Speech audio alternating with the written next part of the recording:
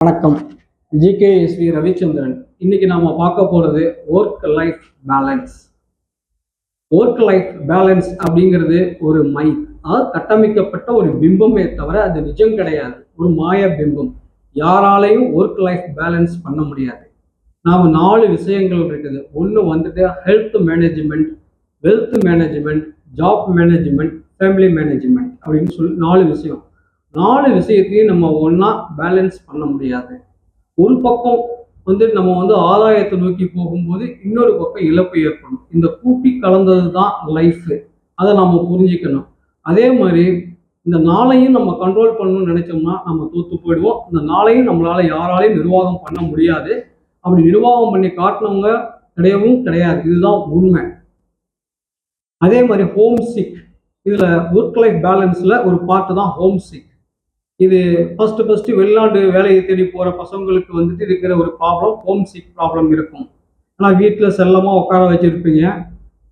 வீட்டில் எல்லாமே உட்காந்த இடத்துல கிடைக்கும். ஆனால் அங்கே போன உடனே அவன் தனக்கு தேவையான எல்லா வேலையும் தானே செஞ்சுக்கணும். அப்படிங்கும்போது கொஞ்சம் அந்த ஹோம் சிக் ப்ராப்ளம் வரும். இதுக்கு நாம் கவுன்சிலிங் பண்ணி அனுப்பி வைக்கணும்.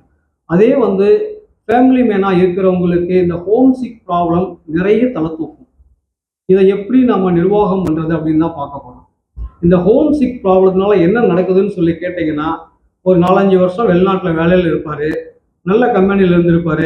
நல்ல விதமாக சம்பாதிச்சிருப்பார். இப்போ லட்சக்கணக்கில் சம்பளம் வாங்குறவங்களுக்கு பிரச்சனை கிடையாது. அவங்களுக்கு ஃபேமிலி ஸ்டேட்டஸ் வைஸாக இருக்கும். ஃபேமிலி அடிக்கடி போவாங்க வருவாங்க. சாதாரண சம்பளத்தில் இருக்கிறவங்களுக்கு ஃபேமிலியாக வச்சுட்டு நிர்வாகம் பண்ண முடியாது.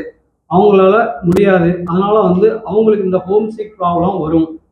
அவங்க இதை எப்படி நிர்வாகம் பண்ணணும் அப்படிங்கிறது தான் முக்கியமே தவிர, இவங்க என்ன பண்ணிடுறாங்க, 4 வருஷம் 5 வருஷத்துக்கு அப்புறம் ஒரு குறிப்பிட்ட அளவுக்கு பணம் சேர்ந்ததுக்கு அப்புறம் உள்ளூர்லேயே ஏதாச்சும் தொழில் செஞ்சு பொழைச்சிக்கலாம் அப்படின்னு சொல்லிட்டு ஃபேமிலி ப்ரெஷர் தாங்க முடியாமல் வேலையை விட்டுட்டு வந்துடுறாங்க.